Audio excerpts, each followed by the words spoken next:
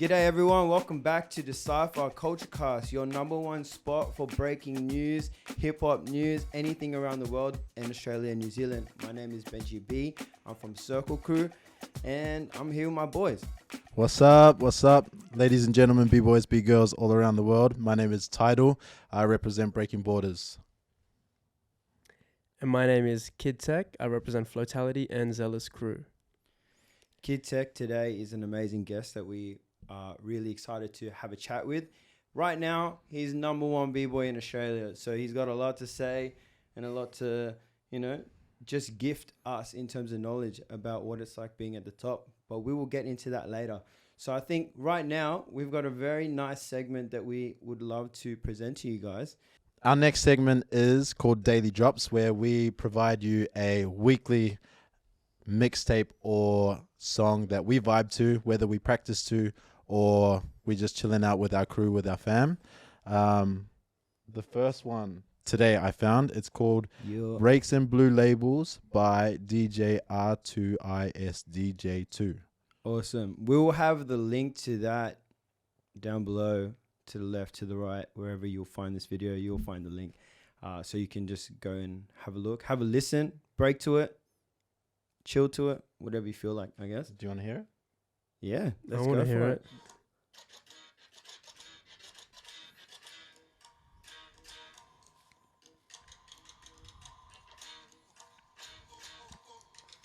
It's kind of chill, Yeah, slow lead up. yeah, got those bongos going. Yeah. You get to build on it, Yeah.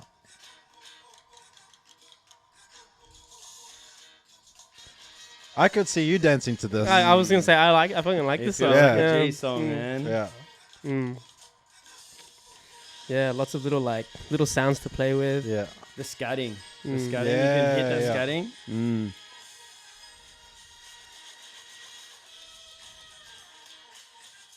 At that point, It's it's a on. vibe. Yeah. It is a good yeah. song. Yeah, You could cruise to Yeah. this. Yeah. You could put it in the car. It'd be nice.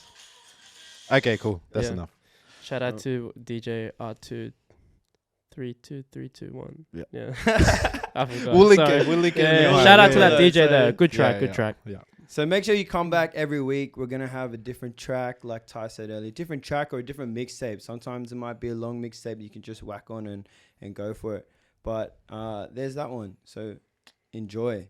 All right. Next segment for today is called Clean or Crash, where we pick a couple of highlight clips and we look at really special moments around the world of really clean moves, or was it kind of ugly? Was it kind of terrible? Do you know what I mean? Yeah, everyone's got their own opinion. So when we have a look at these videos, we'll ask Gerard his opinion. We'll talk about ours, and you guys at home, Yes, sir. Let's do it. you can do it on your own over there as well. I reckon the first one. This one is controversial. So this is Phil Wizard, Red Bull BC1 All-Star, all the way from All the way from Canada. all the way from Canada. Sorry, I fucked it Canada. up. I will play the clip. Yeah. I'll show it to you guys, and you can decide whether you think it's like, is it tight or is it like, I don't know, Clean or crash. Clean or Yeah. crash. All right, here's the moment.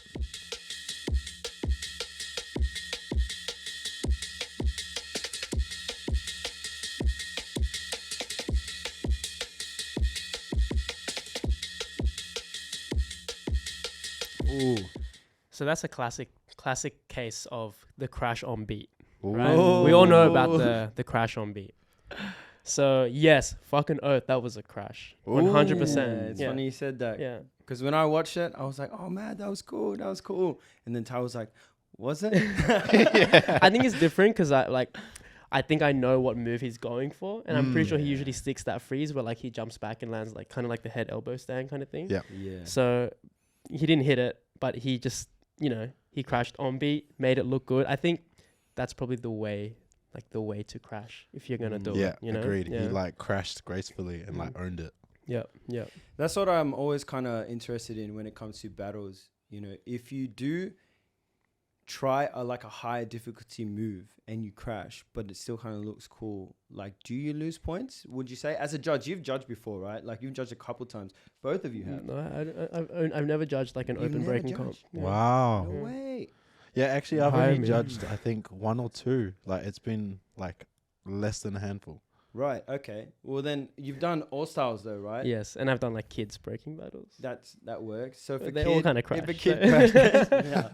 All right, That's different, bro. That's let's chat different. about that. Let's chat about Yeah, that. yeah, Definitely. yeah, the kid But in bias. terms of like, I think there's this cool thing about that clip, right? And that's what makes like an artist in terms of breaking is, can you crash gracefully? Like, can you save the moment? Or did you just like, and it's like, and you walk out. Do you know what I mean? Yeah. Mhm. Yeah. Like, Because that's just hardening to see, right? When you see a b-boy or b-girl, especially, you know, whether you know them or not, and they do crash and they kind of don't like fix themselves up Yeah, after, yeah. or they just kind of like walk off. It's like, you could have kept going and no one would have cared. yeah. But Yeah, I think crashing is like almost like being able to crash like that is a sign that he's actually a really good breaker. Yeah. Because it's I almost like in that moment you have no control. Yeah. You lost, like what you thought in your head is not what happened, but the fact that you can still come out of that and like kind of control yourself to still make it look fresh or turn it into a move, like that's adaptability, and that means that he knows his body really well. Yeah. So almost like a whole skill in it's like itself. really raw to see someone crash sometimes. And that's what's cool about breaking, right? Like, breaking is so like in the moment, and it's like special moments like that. And maybe on video it doesn't look like super impressive, but if you were there in person, it's one of those like, what the fuck? Like, what happened? Like, how did he save that? Do you know what I mean? It's funny because I feel like the best moments like that won't normally be captured on video either, because that'll happen when you're training with your boys or, you know, True. you know, just sessioning ciphers even, because not everyone's really like focused too much on how super clean you are in a cipher, as long as you're like got that raw energy. But, you know, on a battle where they're recording it, it's kind of hard to miss, right? Yeah. All right, let's move on. Yeah. So the next one is from one of my favorite jams that I've never been to that I really want to go to. It's called Who Got the Flower? I knew you were gonna say that. Hey, I just had a feeling. It's Had a feeling. from the jam is in France, and it's Yeah. hosted every April. Shout out to those guys because it's such a sick jam and it's a vibe, and I plan to be there. Yeah, Plan to be facts, there. facts. Ty's been talking about it like every day Yeah. for like 2 weeks. It's just bro. a well curated jam. Yeah, Like from the agreed. production to the breaking, it's just so good. And the b-boy, his name is Moore, and he's Moore. from Switzerland. Mhm. I'm not sure what his crew is, but the crew that he battled with is called Stranger Things. And there's this moment, and it's a really like, it's a sick moment. Mm.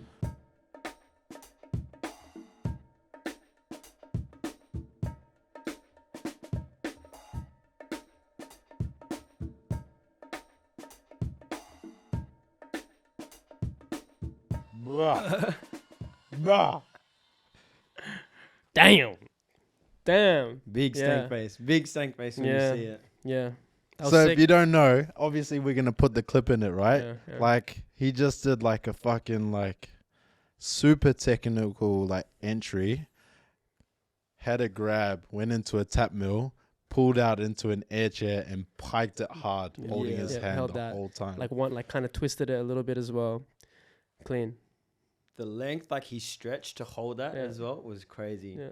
I was in, when I first saw that clip, I was already amazed when he did that entry. If we go back, we don't have to go back, but when he hit that spin entry, I was like, oh, Where that's he's so drawing fast. across the Yeah. floor. Yeah, and then he slides in, and then it took us a while to figure out like how did he actually get to the air chair. It took me a while, and then Ty was like, "Yo, it's actually a tap," and I was like, "Man, I wish I could tap." What, tap dance? No, but yeah, no, it was Yeah. a great clip, great Yeah, clip. that's sick. That jam though, honestly, ever since you told me about Who Got the Flower, there's been heaps of clips, really, really good breaking coming out of that jam. It's So- just a vibe, man. Like Gerard said, like how it's well curated, it's really well branded. There's a stage, there's a presence, there's a band. Like everything about it is like so artistic and professional. You can't help but digest it in a really, really good way. yeah, You know? I agree. More of those jams to come to Australia and New Zealand really soon. Is that a cue for Decypher or Common House to host a jam like that. The common Cypher. Ooh. I just called it. You heard it We're here doing first. The common Yeah. Cypher. You heard it here That first. sounds crazy, though. It Yeah. sounds good, though. It actually sounds Yeah. sick. Be ready. No. We'll see. Let's see how we go. We've got a few more clips, right? Yeah, do you want to see one more? or I should reckon we move go on? one more. Alright. Let's Alright. do one more. 3 is always a good number. Okay. I'll give you a number. 1, 2, or 3. 3. 3. Okay. That was easy. So, same jam. Yeah. Same jam, but this is from the Judges Showcase, and it's B-Boy Punisher. Mm. He's from Flying Steps. He's actually like, some viewers may not know who he is. He's a legend within the breaking community, and I think he's been around for a really long time. I'm not sure. I think it's like 10 to 20 years. Mhm. Do you know? No, I don't know how long he's been around, but I do know him being like, I want to say like a power move kind of pioneer. Am I Yeah. correct in saying that? And so the move that he does is in 1990. He is the first judge to come out on the floor. The world record, supposedly, we looked this up, Yeah, right? we did. The Fact world check. record for this move is 27 full rotations on one hand. Mm. How long ago was this? I think they recently like broke the They record. broke that? Yeah, I Or think maybe so maybe it was too. 2000. This is Guinness. Maybe 2000. 2000s is huge, though. Yeah, 2000's right? massive. Yeah, maybe Like, 2000. Yeah. So- How I much think was it's 2000. 2000? 2000's like something like 50. Straight up. Yeah. Yeah, I think it's 50. And Yeah. it's a kid. His Yeah. name's B-Boy Malish. Yeah. We can pull that clip up Yeah. another Yeah. time. Yeah. 50 rounds on fucking 2 hands, like a head spin. Sorry if I swear, but like we can beep it out. Doesn't It's matter. so fun. And like the kid's like under 10, something ridiculous. Like that's the crazy shit about breaking. It's like humanly impossible to believe that things like that are possible. To give the viewers at home, if you're not a breakdancer, b-boy or b-girl, I've been trying to get 90s for about a year now, and I still have like half a spin. So to see someone pull out 27 is crazy. Any more than like If 5, you do to more be than honest. 3, right? Like if Yeah. you do more than Yeah. 3, you're considered really good at Yeah, 90s. Yeah. Anything above like 5, you're just like, oh, okay, like you real serious Yeah. about 90s. Because like He's it's been such- practicing. He does this every it's day. such a skill. It's such a skill that you can't like just like, oh yeah, I'm just gonna learn flares and I'll just put it back in the bank and I'm just gonna leave. Like Yeah. 90s is one of those No. ones like you have to like keep up, otherwise you'll never. How many keep do it. you guys have? I think the most I hit is probably 3, maybe 4. Ooh, maybe so 4 sitting maximum. sitting on a not pro, but sitting on like That's not a experience. consistent thing though. I'm like a 1.5, kind of. Okay. I'm gonna An be real. average. Like I'm a Mm. 1.5. Maybe I got 2 or 2.5. Maybe if I was really lucky, but I don't think so. Are those drills though, or is that like a proper spin? It's all, for me, it's always drill. Always Yeah, drill. always drill. I think I can only drill. What's a proper spin bar? A controlled one. Because you know, drill like semi-controlled, but you're drilling. I'm kind of those who don't imagining these know- ones as the controlled ones, Yeah. and then these are like the drills. Yeah, Yeah. I 90 like that. But you I would- you have some nice 90s. I've seen. Thanks, man. I Yeah. appreciate that. But I've I wouldn't seen say I have control of them. Do you know what I mean? Oh, so you're also just ripping it and hoping yeah, for the best. yeah, Yeah. pretty much Little every Beyblade time. moment. Yeah. Anyway, Anyway. let's go back. Let's cut back to to this the clip. Okay, here we go.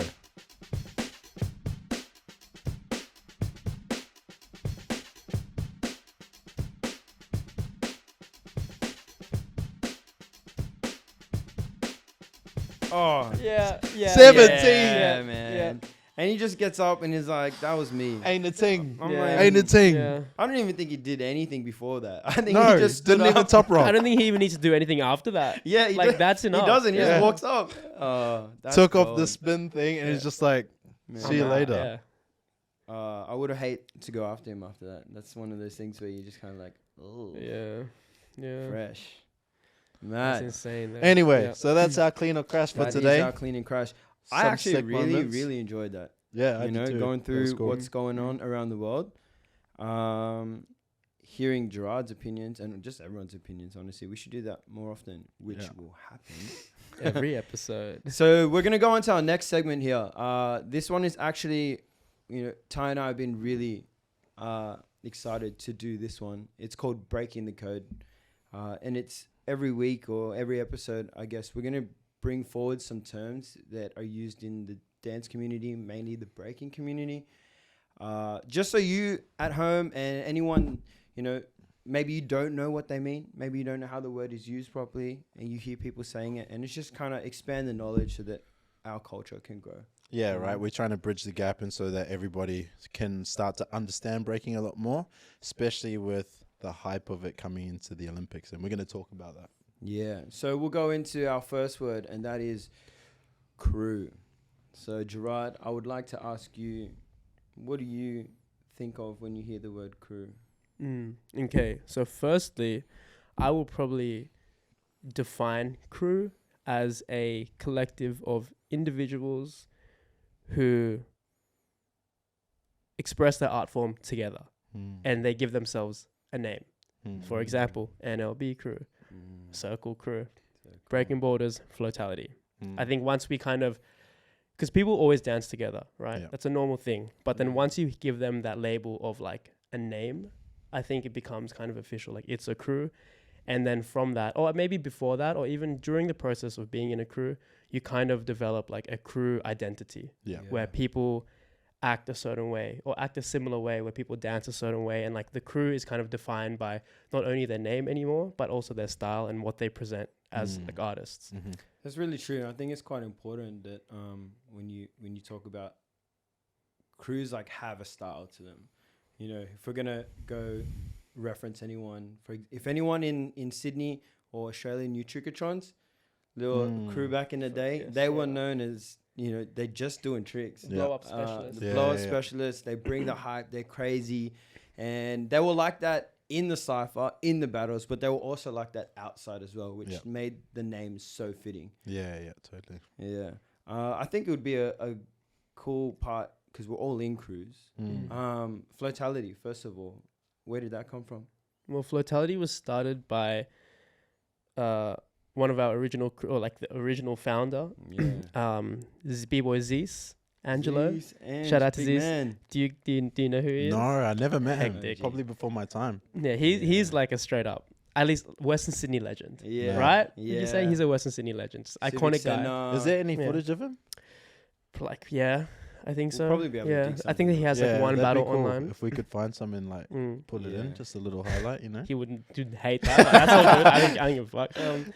But yeah, so it was him and I. We were talking online on Facebook. And we How long ago was this? This was about 11 or 12 years ago. Probably 12 years ago. Actually, let's just say 11. I think that might be closer. But we break together. We are like breakers who would break a Parramatta PCYC. And we wanted to create a crew for new gen breakers like us. So we were just talking on Facebook and then we're like, oh, let's make a crew. And we're like, oh, holy shit, yeah, that's a good idea.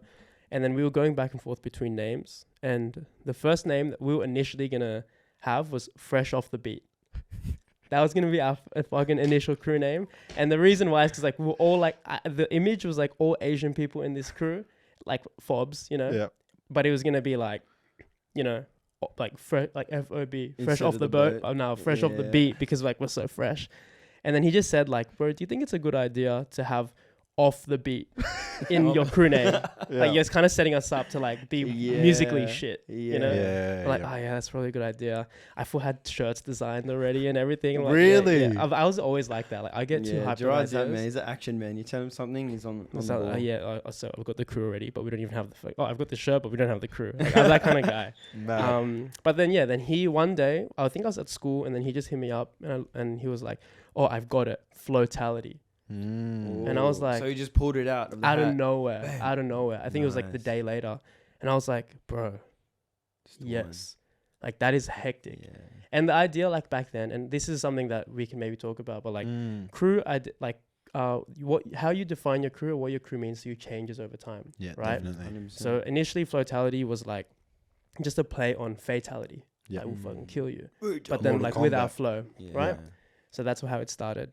And then now it's kind of like flow being like more like flow state and being like lost in the moment. I've heard you guys talk about that a few times now. Mentality still being the fatality, but more like death in the moment, like putting everything in that singular time, singular like like with the flow. Yeah, that single moment, and like just fucking leaving it all there. I like that. Being lost in flow state. Man. Yeah, that's sick.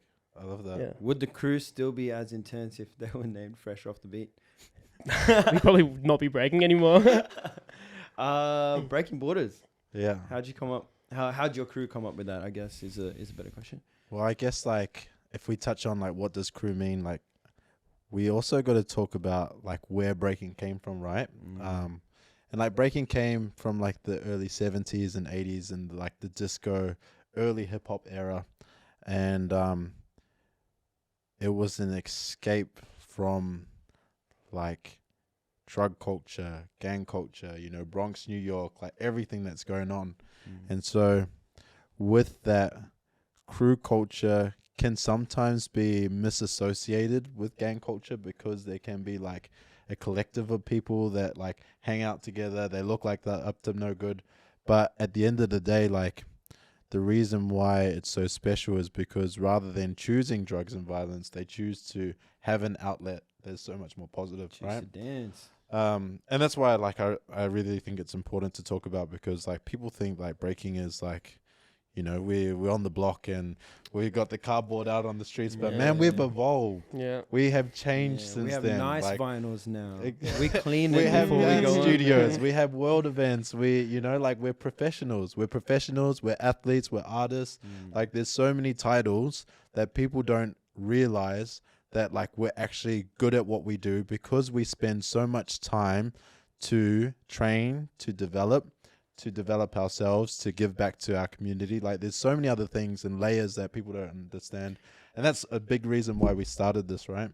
At the end of the day, breaking is a culture, not just an art form, not just, you know, a dance, which is so strong, and it bleeds into the idea of a crew because your crew has a culture that's separate to breaking as a culture. Yeah. So sorry to digress, but That's cool. had to touch that. No, I think it has to be said. speak your Yeah. mind, man. And I think it's also important to note that a crew doesn't necessarily have to be comprised of just breakers, Yes. right? Like Yeah. you can have like a DJ in your crew. Yeah. You can have a popper in your crew. And, you know, we've seen that in history as well. So it's not just breakers who do it together. It's more people who share like a like-minded mentality and approach to the art form. Definitely. Yeah, I agree. I like that Because a one. lot of crews overseas have that too. You know, like hip hop culture, you got breaking, you got MCing, you got graffiti, you've got DJing, and then what else have you got? You got beatboxing, some consider that, and then also the knowledge of passing on. You know, there's so many layers. And I mean, in the growth of hip hop as well, you had so many other dance styles, even though one of the pillars is breaking,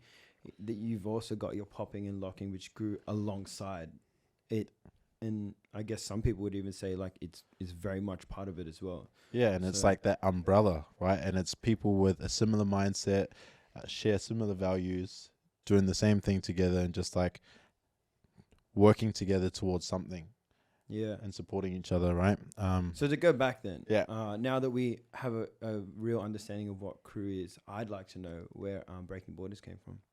So Breaking Borders, we started in 2015. So what are we? 23. So 8 years. Quick maths, no idea.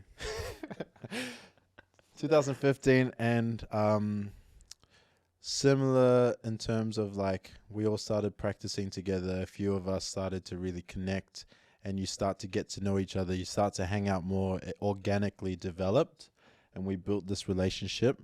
And initially, from the start, there was about 10 of us, and a big part of it, we all practiced at Crossover. Shout out to Crossover. Great space for the community for It's a been really, there really for a long while. time. Rest in peace, crossover. R.I.P. I Ooh. feel that hurts For the the heart. b-boys, for the b-boys. Yeah. Yeah. For the breakers. And B-girls. Yeah, exactly. Breakers. But yeah, taking it back. So we were all actually internationals. So we were all either here on a working holiday, or some of us managed to have visas here for certain reasons. Because you had a lot of internationals in Yeah, Breaking exactly. Borders, hey? So I think there was only like 2 or 3 people that were actually like local from here, and the rest of us were from overseas. And that's a cool thing about breaking too, is you can meet people from other countries and you can share something together. Yeah. So that's what happened with us. We started training together, started hanging out, and then 3 of our members went to New York for one of the Silverback events. Mecca, And the that homeland. was Jono, Jeremy and Richard, the Belgian brothers, and Jono's from here. And it was a Silverback event. Ivan, urban action figure, was on the mic. And he was like, yo, like we're breaking borders from across the waters. We got people from different places, different faces, like, and then they're like, yo, that's fresh, like that's so cool. I don't know if they asked for permission to take the name. We have to have that conversation. Yeah. But like, Email us later. it made sense because we were all from different places. We were all, like breaking borders, not in terms of just like different area codes, but we were really pushing really hard to push our limits and to develop ourselves. And having a name that sort of represents an identity and a style, like Gerard said, has a really, really big influence on how your crew mentality develops and the things that you value and you share together. Yeah, very important.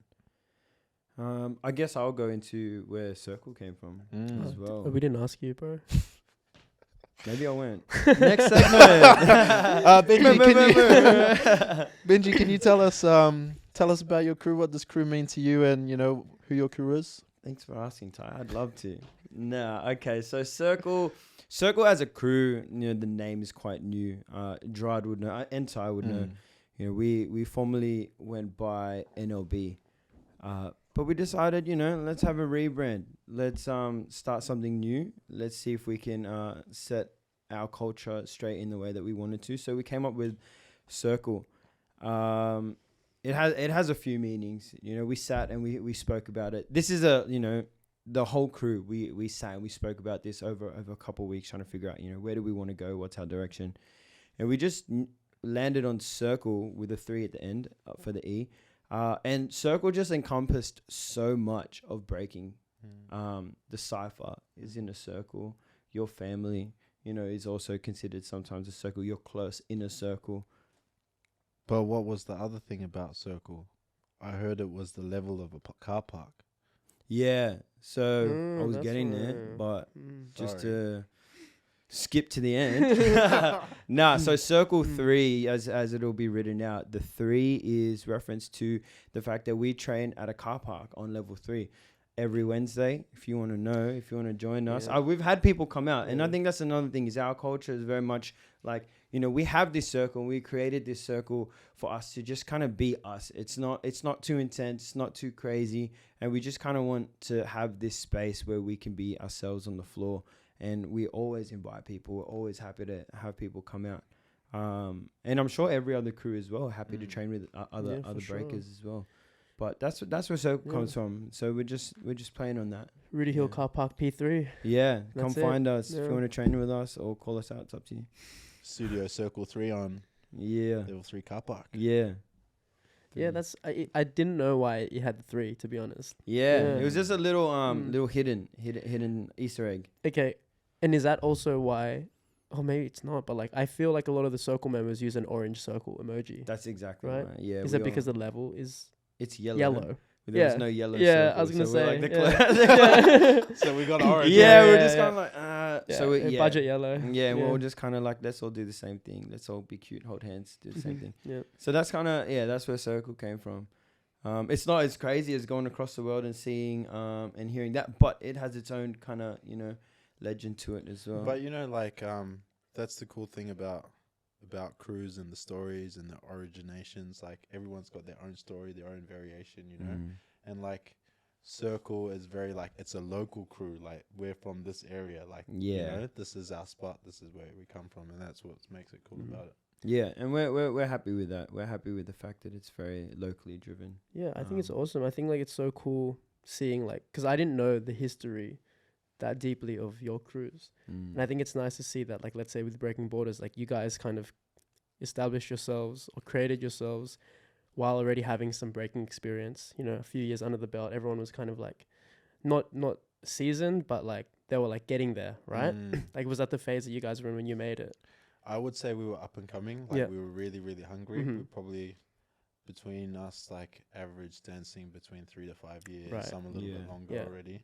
Yeah. That's sick. And then like with Circle, it was like you guys were already an established crew and then switched it up. Yeah, it was a bit more of a mature kind of decision to evolve, I Yeah. guess, from Leave what we the had. mother nest. Yeah. So yeah. you and had like the And then you've got your version of which like is the starting kids just from being zero. wild and being like, yeah, let's fucking do this, let's make a crew. Like we didn't know anything about That's cool. anything. We just did Yeah. it. So and that Yeah. was you guys came on the scene like that for sure. For sure. yeah, I think we like to carry that energy even now. Like just like like children, yeah, in like the most beautiful way. I feel, Yeah. I think being a kid is like at the essence of floatality in a way. Yeah. I think it's a really big part of breaking, like As a whole. it started as kids, as like 12, 13-year-olds that were just figuring themselves out. And It doesn't leave you though, eh? Like No. even No. climbing into Bro, going like, into I the reckon- 30s, I'm like, I reckon man. like breakers, obviously with the ones that don't get like super injured, but breakers actually have such a youthfulness about them because the culture is so youthful. Yeah. Right, like it's all about the youth culture. It's about like youth fashion, youth music. It's always evolving, and what's the next new thing that's. And there's coming actually about. a ramp at the end, not at the end of breaking, but like once you start climbing in age and breaking, then you have each one teach one, which like sets you off in a new journey within hip hop, within breaking. So it's always like cyclical, right? You'll get to an age where your body can't do what it can do, but you can always pass your knowledge down to somebody else. And I think it keeps you young. Yeah, I think definitely. it keeps you young. Yeah, like something I always say, and I don't think it's just breakers. I think it's dancers in general. But I truly think like dancing is the secret of life. Like that's what it's like the youth elixir. It's like that secret, immortality potion in like all the fucking movies or cartoons that everyone's looking for. Like in my opinion, dance is that. And you Fuck find yeah. that with your friends, and you find that with your crew, and I actually really like that, which then leads us out of this segment. That was word number one. That was word number Crew. one. You know what? To be fair, I think we'll leave it at one word because we Yeah, dived that's deep, more than enough. That was pretty good. deep there. And I think that takes us good into our next segment of like getting into our guest, right? The whole reason why you're here. You've already introduced Sorry, I yourself. thought I was the host of this show, but I guess I'm the guest. Soz, but not Soz. Yeah. But so you already introduced yourself, talked about the crew, talked about the culture. Now it's like we got to dig into you, your story, and I guess you've talked about how you kind of got into it with your crew, but maybe tell us more about how you started breaking and like I guess your age and that kind of stuff. Because right now, on paper, if someone was to see you in the scene, it's like Gerard, floatality, zealous. Right now, number one b-boy in Australia, one Red Bull, has been traveling the world. But yeah, like Ty said, we want to figure out, or we want to get a glimpse as to like where you came from. Yeah. So go for it, man. All right. So I guess the first time I ever saw dance was on So You Think You Can Dance. So you can dance. It was b-boy Louis and Don. Yeah, that so like brothers, the yeah, so I Naplan have to credit the whole reason why I know dance is because of those guys. I remember seeing that on TV, and I think like Don did a 12-step or something like that, and I was like, holy shit, like how are you doing that with your legs? I was a little kid, and I remember running to my mom's room and like doing footwork on the bed, like just pretending to do like kick my legs around. And then that was it though. I never picked up dance, and like my parents weren't really the kind of people to like put me in extracurricular things like sport or like basketball was the one thing we did, but that's kind of like default for being Filipino. Yeah. Shout out Filipinos. Straight out. But yeah, so that was how I saw it.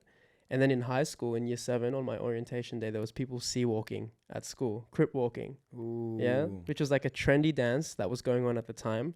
And then I was like, damn, I want to do that. So I got into sea walking, and I joined like the sea walk crew from my high school. Yeah. And then they were like the best crew in Sydney. There wasn't too many. What are they called? HCR. HCR. Yeah. What does that stand for? So it was initially HCW, which was High Class Walkers. And then they became HCR because their YouTube channel got hacked and they lost all their videos. Damn. So they rebirthed themselves and called themselves HCR, which is High Class Reborn. Please invest into cybersecurity, guys. Straight up. And then I joined that, and then it was cool. I danced a little bit with them, but then so the people who were in that, they chose certain paths in life that I didn't align with, and I didn't want to do the same thing that they were doing. So I decided to stop affiliating myself with that dance in general, because right. it meant that people. But I was like, damn, I still want to dance though. Like I'm really, I'm passionate about it. It feels good. And then I remembered like, I love breaking. Like I saw it on TV, and I still watch it on TV, especially back then. I was watching like Quest Crew, Victor Kim, Super those Crew, they were all popping off. They were all popping off. Was it America's Best Dance Crew? America's Best Dance Crew, yeah. I was looking up to those guys a lot. And then I was like, you know what, fuck it. I'm just going to learn breaking then. So then I remember on that, I thought about that at school, went home, and then I knew the word 6-step because someone said it before, but I didn't know what it was, but I knew it was a breaking move. So went home, YouTubed how to do a 6-step. And then I just would practice it off YouTube. And then on the recommended, it's like how to do a 3-step, how to do a 2-step. And then How old were you, can I ask? I think I was 12. Yeah, 12 years old. 12 or 13, or maybe like nearing 13, but still 12. Saw a 12-step on TV and then went to learn a 12-step. At 12. At 12. Holy, yeah. That's crazy. That's crazy. Yeah. Supreme mathematics. Crazy. But yeah, that was it. And then I just I got hooked onto it, and I just would go learn every single step that was on the recommended. And Did you ever end up on Korean YouTube? Where YouTube? Yeah, where it was like Hong Ten and stuff. They would teach. Bro, that was tutorials later in later so on. So what I'm learning off right now is fucking Ehao. Oh, You know what? Like those corny ass YouTube channels that teach everything. Like how to use a rice cooker, and then on the same channel it's like how to do a 6-step. That's not hip hop. This is hip hop. Yeah. If Shout out to anyone bboy has seen that XL. That was a guy who was teaching those tutorials. Some guy named bboy XL. Whereabouts was he from? He's from the States. I don't know where from specifically, but yeah, and I learned off that, and I was every day I would just learn as many steps as I could until I was exhausted, and then the next day I go to school, come back on YouTube. Man. And I was just addicted to learning footwork. Sick. So then that's all throughout high school for you, right? More or less. And then what kind of made you switch? Because obviously when you're in high school, everyone kind of tries breaking, especially in the Filipino community, right? Everyone goes through a phase, but then you see everyone 90% of people drop off real quick. Yeah. And then there's 2 or 3 in the school that will continue, and then once it gets out of school, I'm not sure how it was over in New Zealand, if that was the same thing, where you start with a whole bunch of people and it starts to fall off. But when was that moment that it switched for you? As in switched to where you were like, you know what, this is because you had that one moment where you were like, I'm gonna do this, but now it was I'm really just gonna keep doing it. I think everyone has those that stay in it have that moment. Yeah. The first couple of Easy years, it's answer. just fluff. one word, floatality. Ooh. Yeah. So I made Floatality. Floatality. Yeah. Ooh. Yeah. So yeah, we made it in our first year of breaking. So super inexperienced. We don't know anything, but I think because Zeus and we looked up to SKB so much. So it was part of it was also having role models that we wanted to aspire to be. So, it was a thing where I would be like, oh, I want to be like B-Boy Don. And he's like, oh, I want to be like B-Boy Luke. It was superheroes, comic book You kids. got all of SKB to look at from Western Sydney. Mm-hmm. And then when you follow them out to jams, you're looking at Juice Crew, you're looking at all the other OGs in the area. Also, disclaimer, this is a Four Walls jersey. Says Juice Crew. I am not a Juice Crew member. Ooh. Okay, I gotta put that on the disclaimer. Yeah. It just looks fresh. Exactly.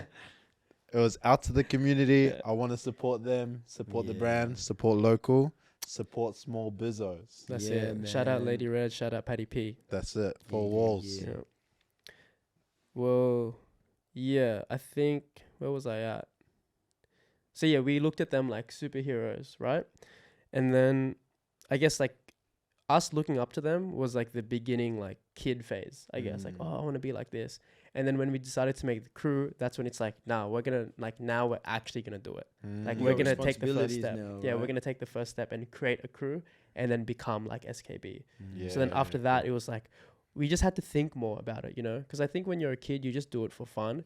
But then when you have a crew, you now have responsibility, and you now have to think about things like who to recruit, how to train together, how to even talk to people and communicate. How to battle together. Yeah, how to battle together, right? Yeah. A crew is a workplace. It's literally an organization.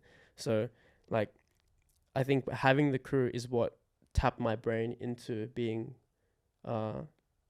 focused in breaking Mm. in a way that was more than just having fun. Because it's more than yourself, right? Like now you've got a family to represent. Like you've got like more to put on the line. It's like, okay, like now we got to we got to show up and we got to like show what we can do, and we do it for our crew. Like it's such a big thing. Exactly. And with that said, like floatality was it. And I had my moments where I dropped off, and I had my moments where I was inactive. Which is normal, right? Yeah. Like it's such a taxing art form, Mhm. you know, mentally and physically. So Man, breaking in the Olympics, breaking is just as hard, if not harder, than gymnastics yeah, because of Mm. that. and like- we will see it. Yeah, We'll see it. exactly. For everyone who doesn't know, next harder. year, 2024, breaking is in the Olympics. And actually, I think that's a very good time to kind of like slide the conversation. Gerard is actually part of the Olympic team, or part of the way to get us to the Olympics, for Australia to get to the Olympics. The road is quite unclear, which is why we wanted Gerard to come on here to see what he could, you know, share with us to clear that up, because a lot of I definitely don't know. I'm not sure how much you can share, but it would be great to hear about it. So could you just like condense that into us, like just a nice clean question? The question is, being part of the first wave of Australia going into the Olympics and the Australian breaking going into the Olympics, what does that road look like, man? Like, I guess the process in terms of, does that mean we're in the Olympics? How do we qualify? Like, you know, Mhm. that kind of thing. So like I don't want to speak too much about like the technicalities behind the selection process, because to be honest, like I don't really know. Yeah, And it's I've been pretty wanting great. to know, and I've been trying to find out, and I'm sure a lot of people who have been following the Olympic journey still have a lot of like confusion with what's going on. Especially that's because fair. this is the first year Yeah. that it's in the Olympics. So Yeah, we're kind of figuring it out on the way, right? It's Exactly. very, very new. Well, I guess like maybe just to kind of give light on the process behind it. So I don't know what the final selection will be, but we are already doing qualifiers where we earn points from the WDSF ranking system, Right. and then I think the accumulation of those points will, you know, whoever gets the highest points will be the most likely to go to the Olympics. So what we do is we travel to different countries to compete in the WDSF sponsored events. WDSF is World Dance Sport Federation. Yep. And then from these events we get a score, and then we have a accumulated ranking at the end of it, and Do you know how long that period is from when you are entering these WDSF like competitions? Like how long is it? How long do you accumulate points for before you get the answer, roughly? or we get like after every battle you get the points. Right. So like we can be at the jam and I can refresh my phone like later and And I'll see the it'll score. add it up. Yeah. And I guess that'll go all the, supposedly, obviously we know it's a bit grey, that will take us all the way up to the Olympics and see who has the highest points. Pretty right? much. But it's not like every battle will give you a certain amount of points. It's your placing in the event has a value. Mm. And then like, let's say if you come first, the value of that is like 200. Yeah, just maybe not, but, and then if you come, fifth or whatever, if you get eliminated in top 8, maybe you have like 20. If you don't make it past prelim, you get like 15 or something like that. Cool. Yeah. Are you representing individually or as a crew from the country? Like can you shed light on that? Do you know?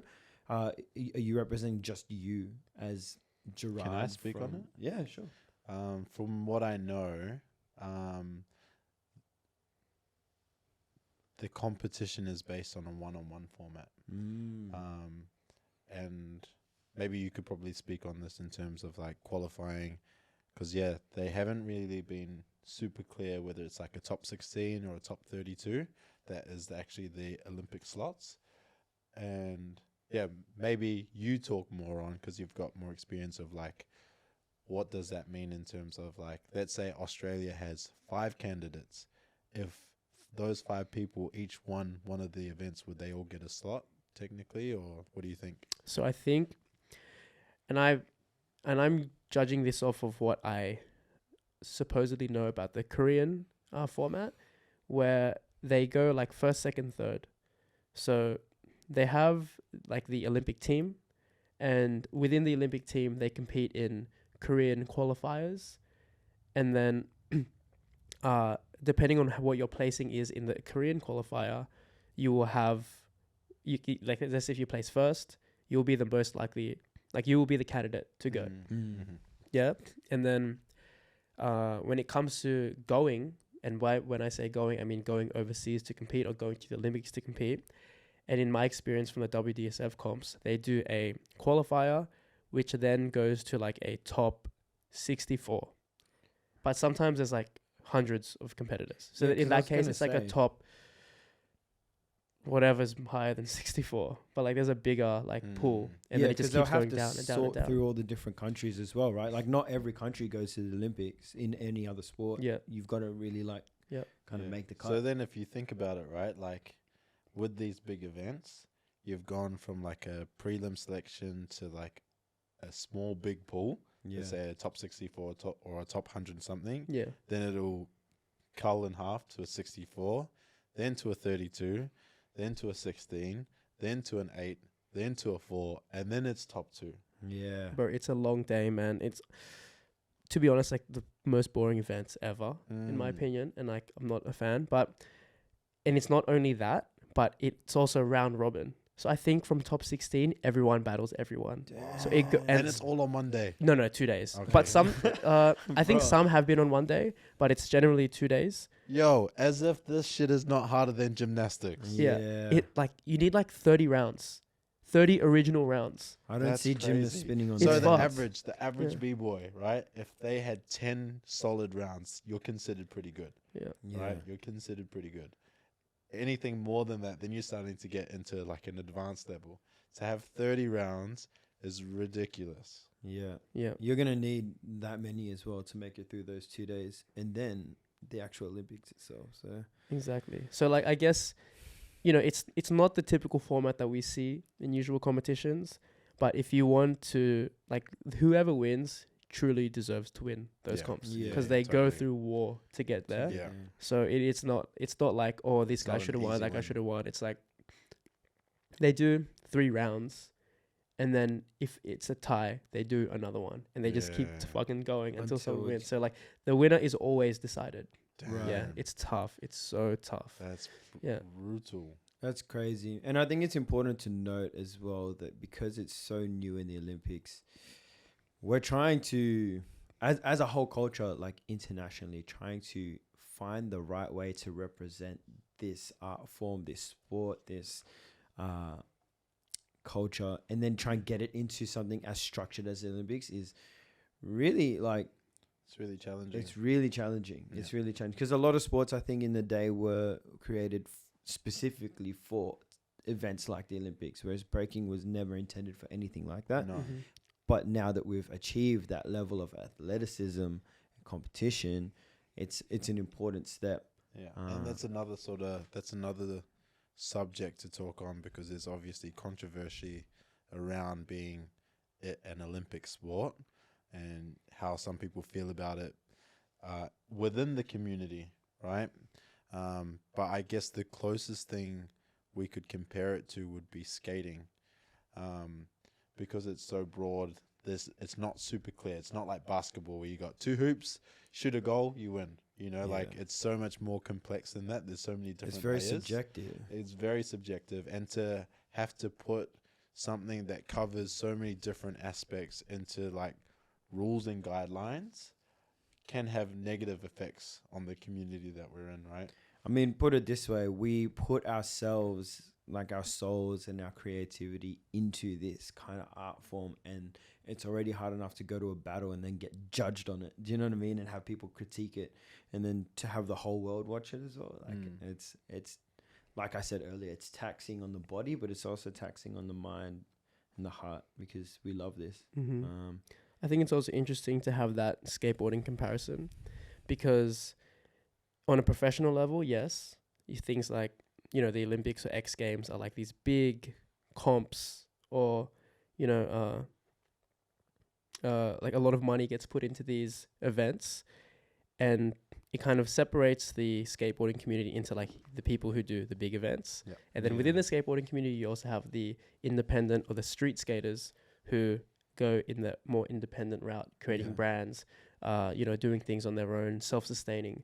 And I think, in my prediction, breaking should or will take a similar standpoint in how it pans out after the Olympics, where you have the people who are more focused on the big competitions like the Olympics, WDSF, whatever, and then you have the people who keep the raw essence, or who are doing it more for underground, personal, artistic reasons, like homegrown roots and development on that end, right?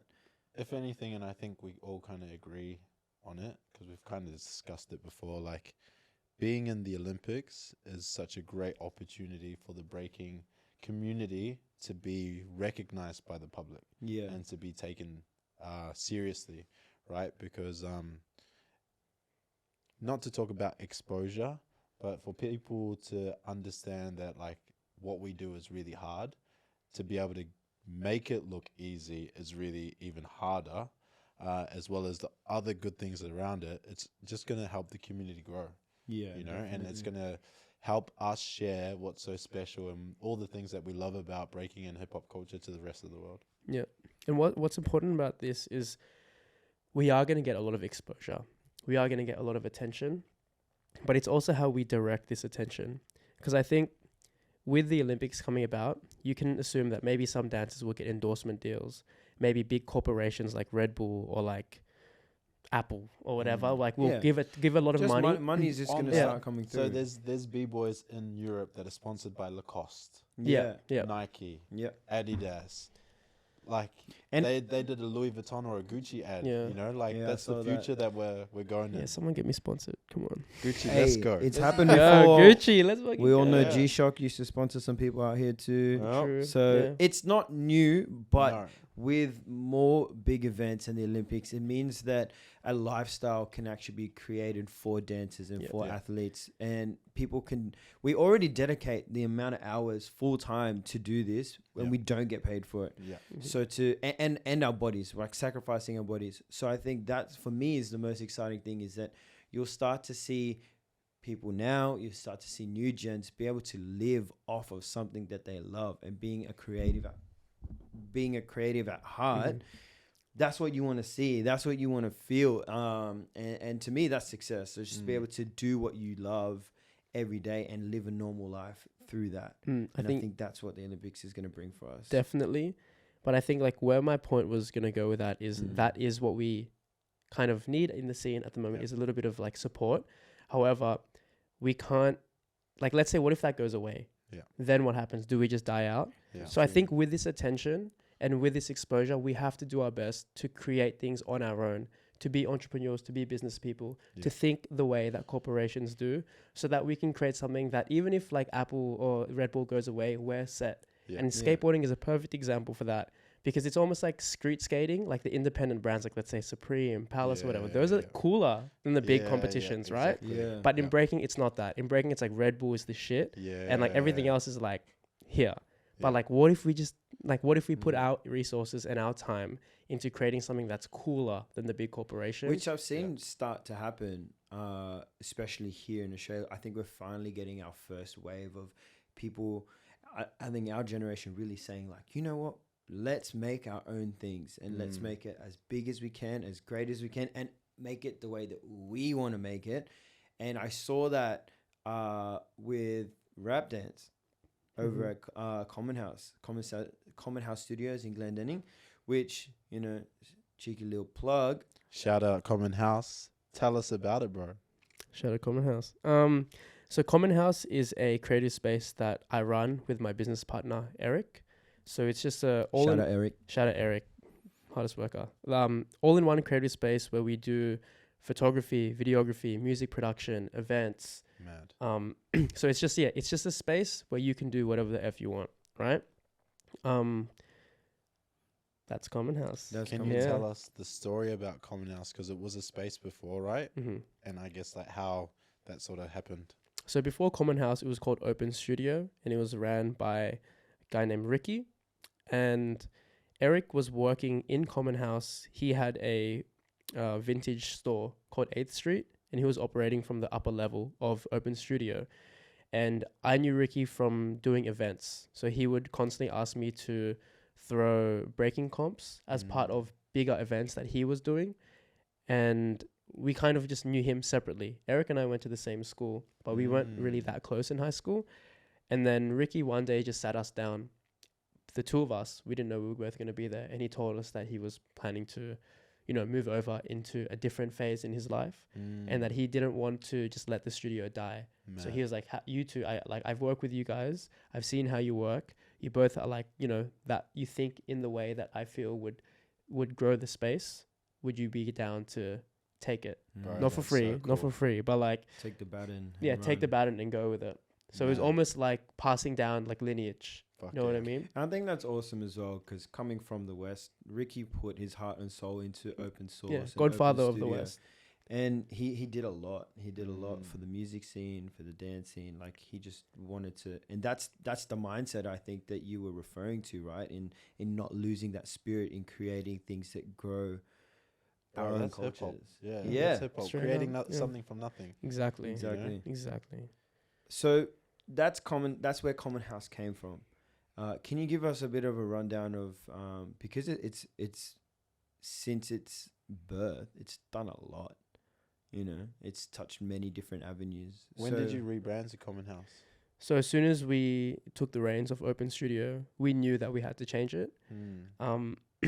So I think maybe 2 months into taking ownership, we decided to go with Common House.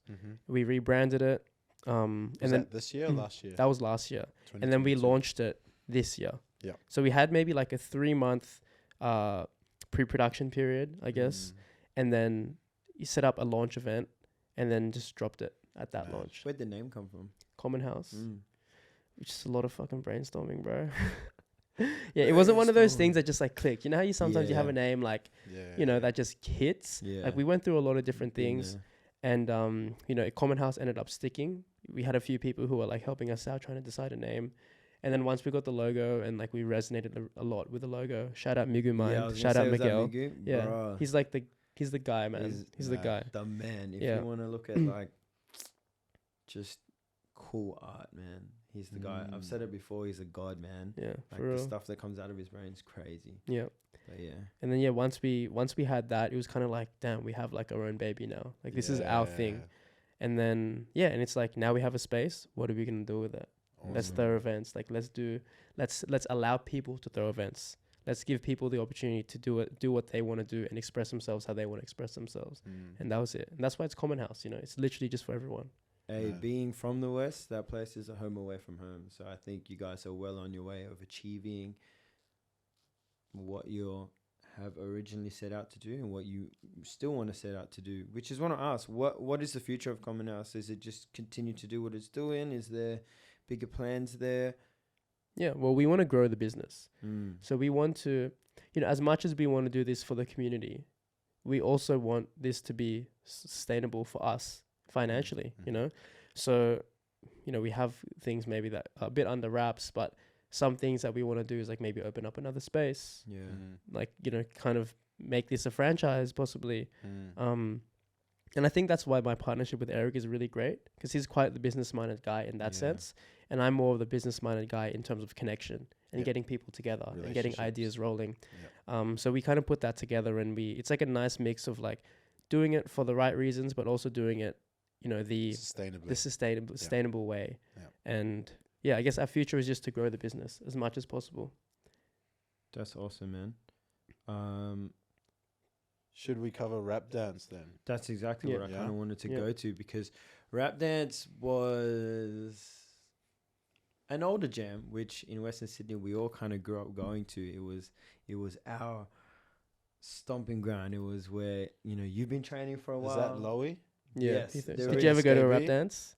Oh, Yeah, I'm were not you sure. around for Maybe that? once. Mm. Maybe once, but I don't think I ever entered. Right. Yeah, Right. yeah. It was mad. It was mad. If Mm. I could give a bit of lowdown, it was, you know, So there's a common theme, right? Dragon like Ball passing Z, the torch, anime. It was Lowy, cool. SKB, Ricky. That's Yeah. cool. It's a big part of your story.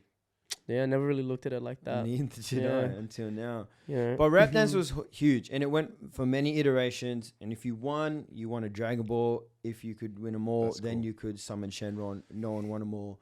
Damn. But No. someone who won a lot of them is Gerard. 2 of them. But I thought one of the rules was if you win, you can't enter another one. No, we made that, right? That was the rule that we Ah, made. Yeah, for so the new one. It kind of grew. It kind of grew, Mm. and then you threw the latest iteration of Yeah. that, right? So how did you go from what Loey had created and what you now have? Ultimately, what it comes down to is, as people who are passionate about the scene, we look at it from a third person perspective and we ask ourselves, like, is it good? Mm. Are there things we like? Are there things we dislike? Mm. And obviously there are always things that we dislike. And one of the things that I didn't like was the lack of involvement from younger generation, right? Or even like the lack of younger generation. Yeah. And giving and having opportunities for younger generations to gain confidence, to become the better breakers that they could be. Yeah. And rap dance was kind of my way of tackling that issue. Creating a space for a newer generation. to Creating a actually space for a new shine. generation, but not even necessarily the newer generation, because I think realistically, like if I was to say like, oh, only people who are under 22 could enter, like who the fuck's gonna enter that? Yeah. Like yeah, who- yeah. I can't even name like Yeah. that many that And I are that think age. Age is not also like the best decider No. of like Exactly. who should battle, It's because you about Yeah, have a and lot J of Attack will years rock you've up been and just like breaking. smoke everyone. Yeah. You know what I Yeah, mean? yeah, yeah. So then yeah, that's why I was like, okay, I want to do, like, I want to create this opportunity for the next gen. And my issue, like my belief was that the next gen isn't that good, or not as good as they could be, because they don't have the confidence. Yep. Right. That's something that I And you truly need believe. the jams in And order that comes to with experience. Yeah. Yeah. And what Yeah. rap dance gave us was, because as like a 14-year-old battling, I was battling other 14-year-olds, and like I could actually have a chance of winning the competition. Rather than versing like a 20-something-year-old Yeah. that's been breaking for 10 years and you're just like, It's like, Damn. and it's You like, get I oh, wanna break disheartened straight anymore. away. Yeah. Yeah. and it's like all you exactly. think about is I want to make a past prelim.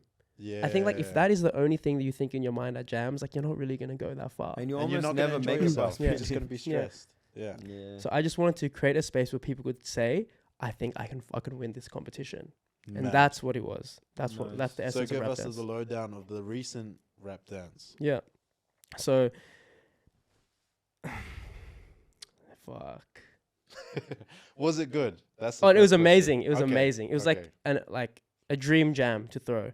Obviously for what it means to me. So rap dance 1 was the first jam I've ever won in my life. And so it has a special place in my heart. Mad. Circle. Yeah, everything full goes circle around in a always. circle.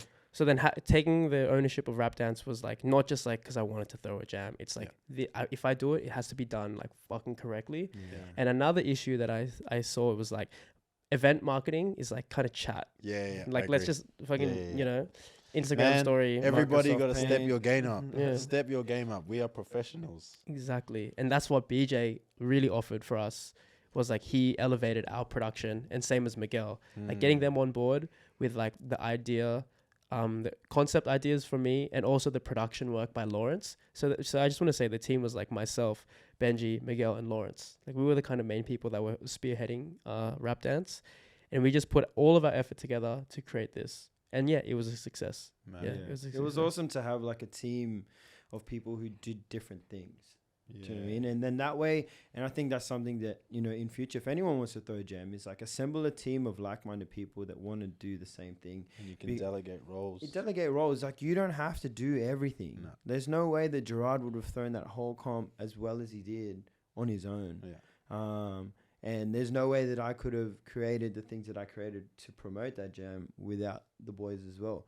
Yeah. So, Yeah, it's like, you know, many hands make light work, right? Mhm. Like, the more that we can collaborate together and like really boost each other up, the better the scene is going to grow. yeah, You what know, we were with saying events earlier, and other things. if someone in the scene wins, we both win. Yeah. You know? We all win. We all We win. all win. So, Yeah, you know, like fucking breaking came from such a toxic place. Like, Mhm.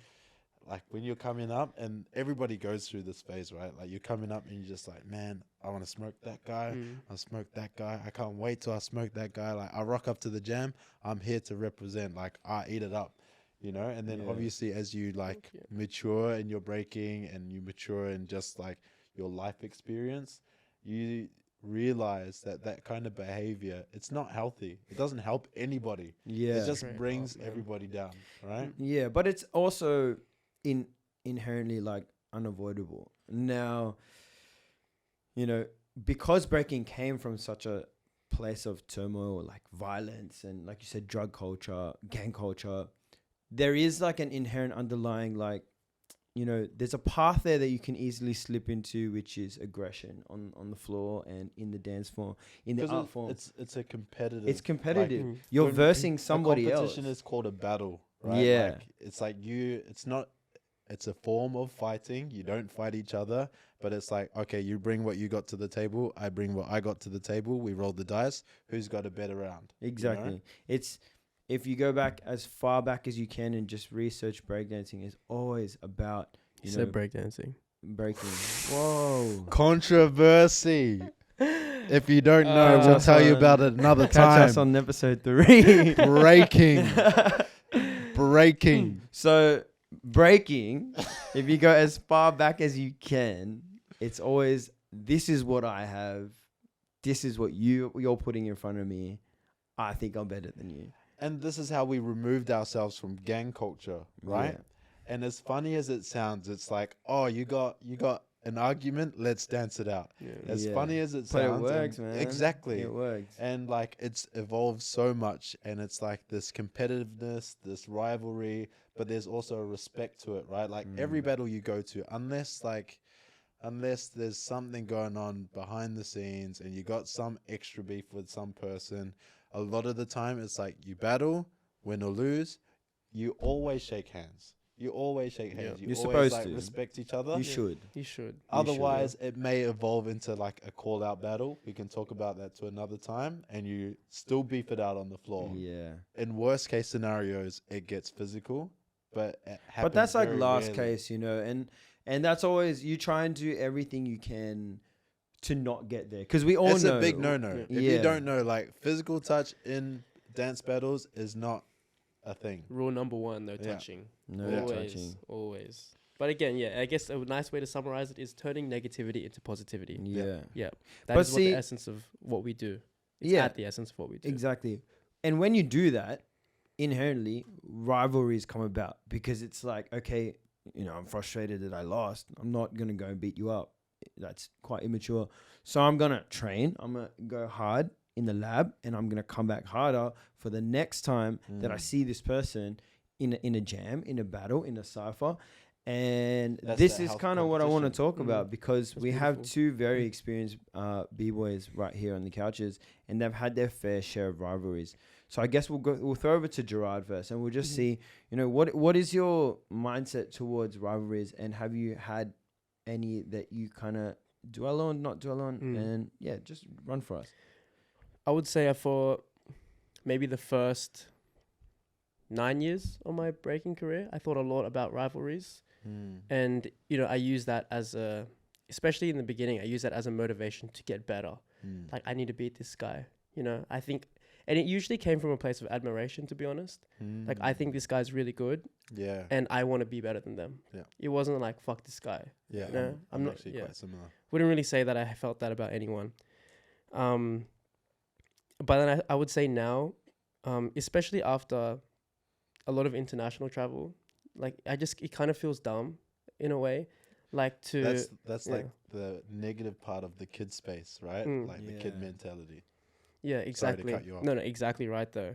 Like, if I was to beef or to perpetuate someone else's beef within myself, when I know and I've experienced like what it's like just getting fucking wrecked overseas, it's like, what I'm trying to go there. Yeah. I'm trying to go there. I'm not trying to like do this. Do this little thing that's over here. It's so true Yeah. though. You do see b-boys and b-girls that end up traveling, and they come back different. That's just traveling in general though. But general, if we just talk about dancing and battling and competing overseas, everyone comes back different once they've realized that you're actually like a very small fish in a large ocean, Yeah. and there are always bigger fish than you, and there are always many fish that are also the same level as you. Yeah. So yeah, I think it's that's crazy. actually a bigger part of the culture that people don't realize. Like, travel is actually a big part of breaking culture, because so many different countries have different stories, different backgrounds, different styles develop. And so part of it, part of the journey as a breaker is to go and experience that and to have these conversations with these different people and to sort of peel back the layers of yourself and figure out for yourself like what it is and who you are, right, for your breaking. 100%. And the cool thing about it is like you don't have to speak the same language, but through breaking you do. And you're like, oh, like, yo, I seen you did like a tech like that or like an air chair like that. I've got something that's similar. So you build these conversations and that's how you get to know people. I've made so many friends while traveling when you start to say like, oh, I'm a b-boy. Yeah. And then you actually, even at a jam, they don't, like you said, they don't speak, not everyone speaks English, but you find a way to communicate with movement. And I think that is one of the most special things about dance as a whole, about breaking, because I feel like people love to do that. And I've seen like really long friendships be created through the dance, through the art form, and I've also seen relationships also be created as well, which I think is crazy, because if you can't communicate by language, that's quite hard. And to fall in love with someone and then do it together while partaking in dance, I think that's crazy. Yeah, 100%. I guess like circling back to like the whole rivalry thing Yeah. though, like that's just my take on rivalries, especially in Australia. And I think like what that ultimately comes down to is something like Ty said, where like you're peeling back the layers of yourself. And I truly believe like my only rival is me. That's like what that's the only person I'm trying to battle at comps, to be honest. Staring at the man in the mirror. Oh. Do we shout out MJ? Is I- that a I thing? was just Should singing we the not? line, bro. I was just singing the Yeah. line. Nah, but that's like the only person that I fucking get angry at in breaking is me. Yeah. You told be me honest. that the other day. At the end of the actually. day, like a lot of the time, like when people are frustrated with their breaking, it's more because of their personal performance. Yeah, Like, and honestly, and even when people are frustrated at others, it comes down to you being frustrated about yourself.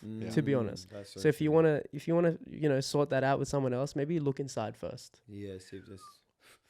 go get that therapy. Go straight out. In Go saying get that that, therapy. and I very much agree. You know, Yeah, you guys with want that heat though. but I personally, this is me personally, Yeah. right? I think that friction in the scene that's done in the right way also creates growth. Straight out. Do you know? Because if everyone is, holding hands and not competing against each other, you will never have a level where you're just going to say like, you know what? Nah, I want to get better to beat someone. Yeah. And if no one is testing you, then you'll never want to test yourself, Yeah, right? you just get comfortable. So then you kind of lose that. What you were saying was like you're only battling yourself. But if you never see anything else other than, so that's kind of what I want to ask. And I'll throw this to Ty. Like with rivalry, are you into it? Do you have some? And when you do get into a rivalry, like how do you? That's probably a better question. When you do get into a rivalry, how do you progress through that? How do you let it grow or squash? I think it's natural, and like what you said in terms of like friction and healthy competition, right? Like especially when you sort of respect what it is and not necessarily take it personal. And it's like me and this guy, like this is what's been going on, and But if you think about like, okay, sweet, like this jam's coming up, like I got to prepare myself. I know I might verse this person. I might verse this person. I might verse this person. So how can I better prepare myself so that if they do something like this, do I have something to respond, or do I stay in my lane, or do you know what I mean? Like, it's more about like, I guess, I don't want to quote like Art of War. Do you know that book? Yeah, But it's like, what's that quote? It's about like, your enemy is like your best friend or something like that. Do you know that Something one? like that, yeah. And you do that so that you can understand, right? Like, what do I need to do to cover myself in terms of my weaknesses, so that I can just get through to the next round. And I think, yeah, it's always about ourselves and figuring that out for each other. And it's always nice, because I remember like Breaking Borders was notorious for calling out people. Like that's how we made a big name for ourselves. And every international that came, we would call them out straight away. But it was never about them. Like every battle, it was like, okay, like this guy looks like really tough. Like he looks really like, I respect the dude. Like I want to like test myself. Like what have I got? Like can I hold my own, or is he gonna smoke me? Like he's gonna show me what I'm good at and what I'm weak at and what I need to go home and practice on. Right. And I would say that's probably more in terms of like rivalry, and I take it from like a self-development type of point of view. Yeah, I That's like that. great. Maybe I'm just on a more. I haven't achieved that yet. I haven't got there yet because it's an opinion which more experienced b-boys share. I find. I love the culture. I love the dance, but I'll be the first to say it. Like in terms of like battling, the experience is not all there, which is maybe why like I don't see it that way. And I kind of enjoy seeing rivalries. Like I like as a spectator, I enjoy watching it. But yeah, There is always going to be that though, because it's natural. Like I can say that I don't hold any rivalries outside of the actual battle itself. But when I'm standing, different, like you respect each other in conversation, right? And like in this type of situation, but then it's like when it's on the floor, it's like okay, like it's go time. Do you know what I mean? Exactly. Like it's me or nothing. Exactly. Like if I'm standing as like across from you and we're battling, I'm not thinking like I just want to battle myself. No.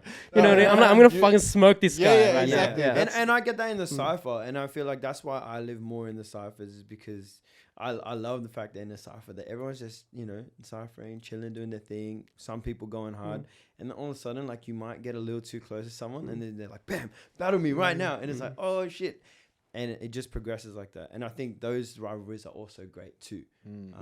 Just the quick ones. They don't have to last. And that's not, when I say like and I at love the end rivalries. of the day, like we remember like it's never personal. Yeah. Some people get caught up in like the bullshit and the politics about it, but man, like it's not personal. It's not. No, Like it's all part of the doesn't game. it doesn't change your life. You win, you lose, it doesn't change your life. It's a lesson, you take it on board, you go back to practice, maybe you go to therapy, you come back. Just take it's not the that L deep. sometimes. Yeah, Just it's take not the that L, deep. man. It's not that deep. Does anyone want to name drop some rivalries though? I really enjoyed the Ty and Jay rivalry at one point. It was short. It was short-lived, but it was tense, I think. And because I had just come back from overseas, so I was away from. There was one battle I remember. Was it the uni one underground? And then it turned it into like Breaking Borders versus, and it would be like crew battle. And the jam hadn't even. We were chatting. Yeah, we were chatting. Remember that one. It was so. Doesn't even remember. Man. That's cold. Wow. Sorry, Jay. That's Nah, fucking cold. the one that comes to mind was a Ryugi. Oh and, yeah. And it was a one-on-one battle, and I can't remember who the judges were. I wasn't quite sure. Like judge's decision, whatever they decide, that's just the turnout. Yeah. And then I remember Jay said something like robbery or bullshit or whatever, something. Classic Jay. We'll find the clip. We'll find the clip. We can add it. If Jay's okay with it, it's all good. Yeah. I love the guy now. Jay, like we hectic. cool. And I remember like straight after, and I was like, bro, if you're upset about it, like let's go. And we went straight to the Cypher and we did rounds. Damn, huge. How many? I don't know. Until someone guessed. Yeah, pretty much. That's fucking mad. That's mad. Your rivalry. Have you had anywhere notable rivalries that you're willing to let know? Yeah, I'd say a current one is honestly like Ty and myself, to be honest. That's something that I feel. I would say like we just face off pretty often. Yeah, now we do. Yeah.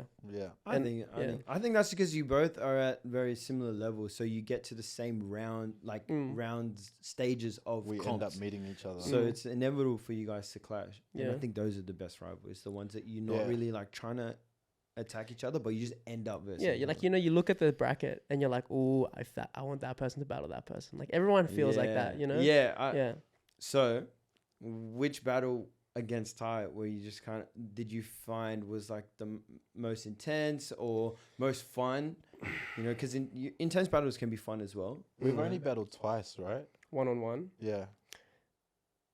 Yes, but I think in crew settings we get matched up as well. Yeah. Right? Would you say so? Yeah, I agree. So I would also add that into like the rivalry as well. Yeah, I'd say one totally. that I really enjoyed was the 2v2 ABA, It was Tango and I versus you and Chico. Oh, Yeah, I thought that one was That's like that's that- a that's combo. yeah, a- that just those sounds two- like a good battle. Yeah, You know what that I mean? was a good battle. Yeah, that one was pretty heated, and like it really came down to like little things. You know what I Yeah. mean? Like Yeah, a yeah. slip up or like And a, that's what happens like when you get, not saying like we're experts, right? Like, but when you get into like the higher brackets of level of breaking, it's very much like it's nitpicking, like who did something wrong, who made a slip up, who like wasn't quite as clean or whatever. That's Yeah. it's really small margins. It's actually really hard to judge. Yeah, and I think that's the craziest thing again about breaking is that you really need to look at these subtle, high level breaking and high level battles. You got to look at the subtleties of the movement.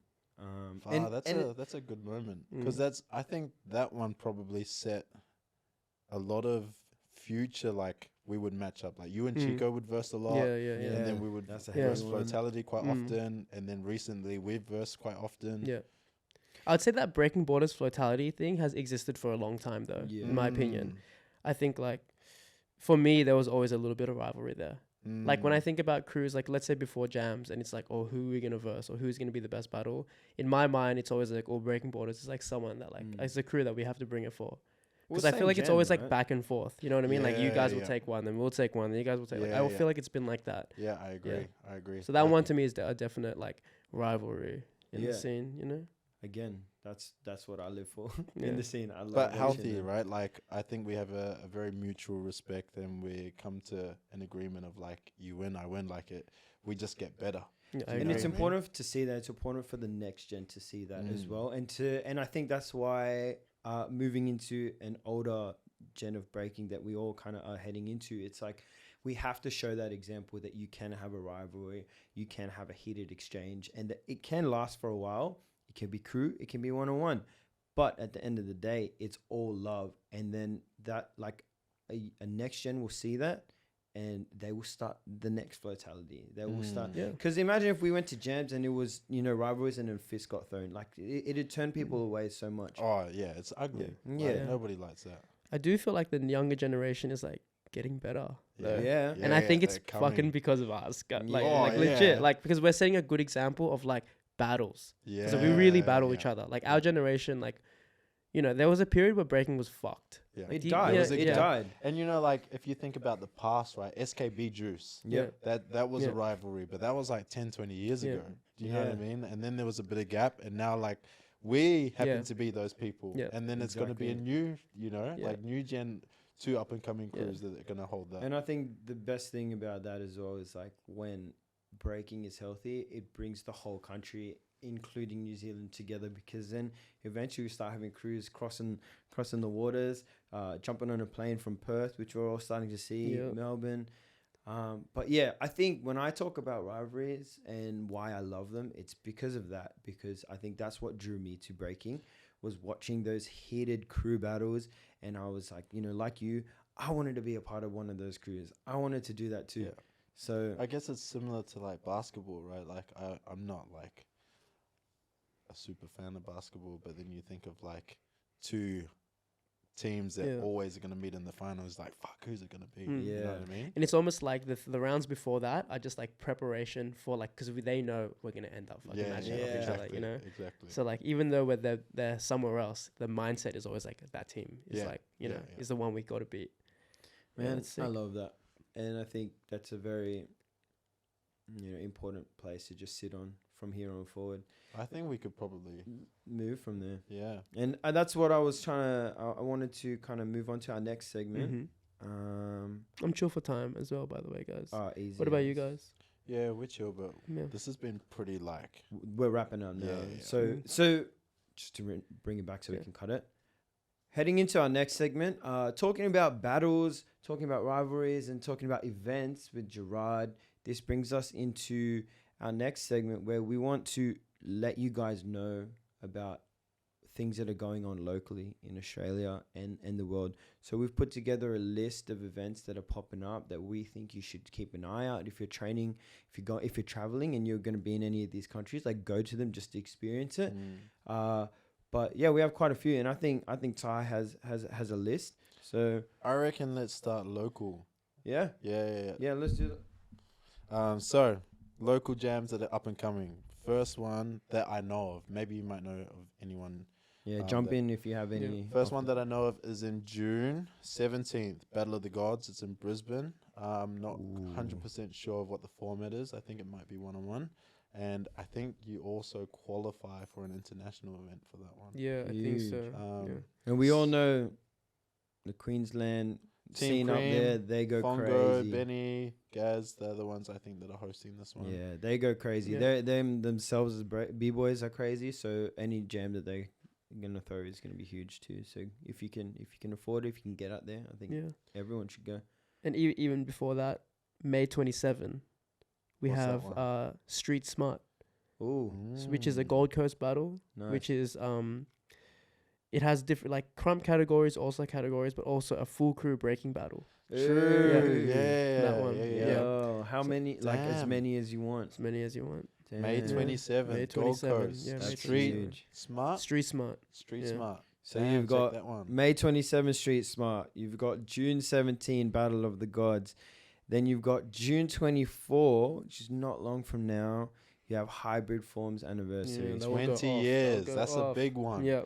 4-on-4 crew battles. That's going to be hype. I'm Mhm. super pumped. And if for you're that one. new here, you have to understand that Hybrid Forms is a crew that has been around for a long time. It was here before we started, paved the way for a lot of us. paved the Yeah. way for a lot of We've us. said SKB, we've said Juice. Hybrid Forms has Hybrid always been in Forms. that category as well, Yeah, that yeah. generation.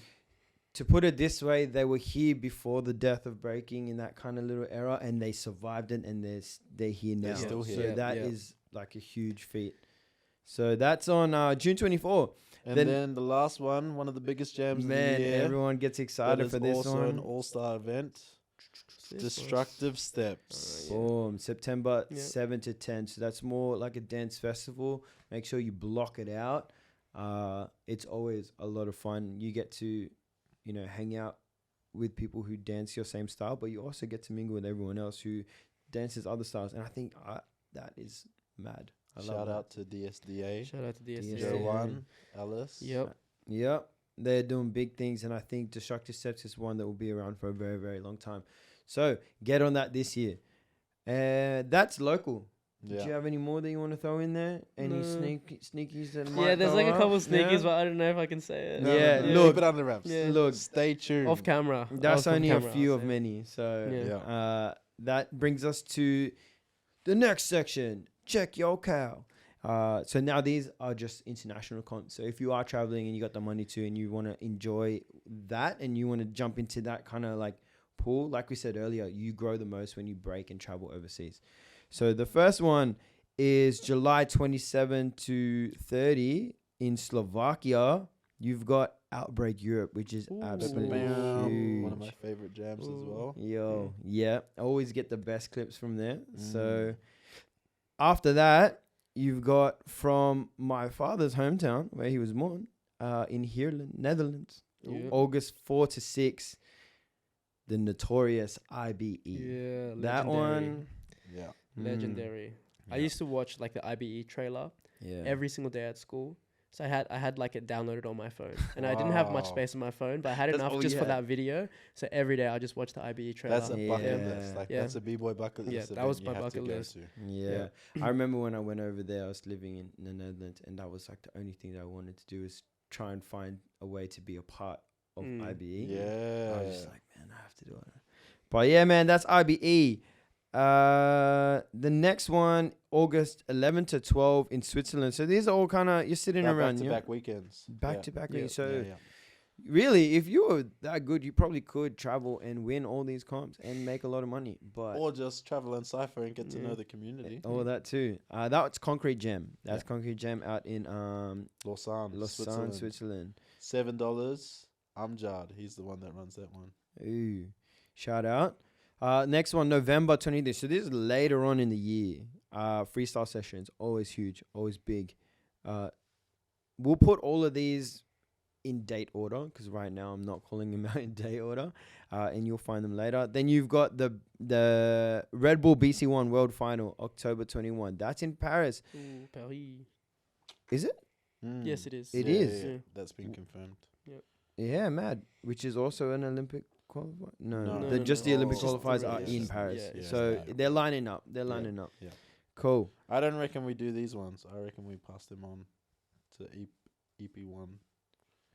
There are many more jams that are going around the whole world all the time. So just always come back to the next episodes, and we'll have many, many more for you to have a look at.